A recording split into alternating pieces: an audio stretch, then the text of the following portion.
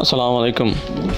آج ہم آپ کو بتائیں گے کہ ایسے سائنسدان کے بارے میں جس نے لیبارٹری میں انسانی آنکھ پر کامیاب تجربہ کیا اور انسانی آنکھ بنائی۔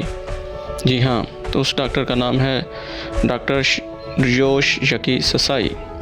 جاپان کا ایک سائنسدان ہے۔ ڈاکٹر نے پوری دنیا کو حیران کر دیا۔ اس نے لیبارٹری میں انسانی آنکھ بنا لی۔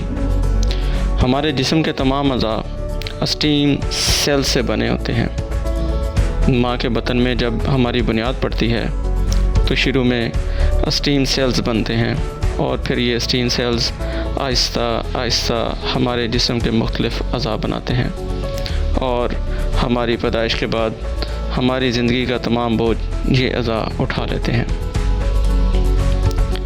ہم اگر اپنی زندگی کا جائزہ لیں تو ہمارے جسم میں بعض اوقات کچھ کمیاں رہ جاتی ہیں۔ ہم میں سے کچھ لوگ سننے، بولنے، چکھنے، چھونے اور دیکھنے کی صلاحیت سے محروم ہوتے ہیں۔ ہم میں سے 90% لوگ عملی زندگی میں بیماریوں کا شکار ہوتے ہیں۔ سائنسدان صدیوں سے ہمارے ان مسائل، ان بیماریوں اور ان کمیوں کا حل تلاش کر رہے ہیں۔ یہ لوگ اسٹیم سیلز کے ذریعے پیدائشی یا وقت کے ساتھ پیدا ہونے والی خامیاں دور کرنے کی کوشش کر رہے ہیں۔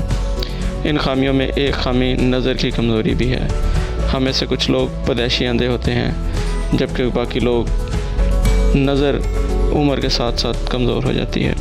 ہماری دنیا میں اندھے پن کا کوئی علاج نہیں کیونکہ بصارت کے لیے پردہ بصارت ریٹینا ضروری ہوتا ہے۔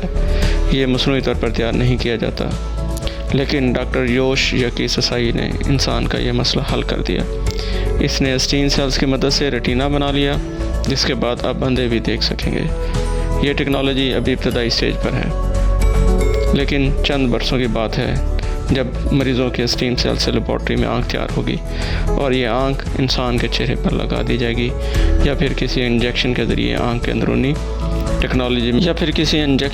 آنکھ کے اندرونی حصے میں اسٹیم سیلز داخل کر دیے جائیں گے اور یہ سیلز چند ماہ میں نیا پردہ بصارت اگا دیں گے اور یوں اندھے بھی نارمل انسانوں کی طرح دیکھ سکیں گے۔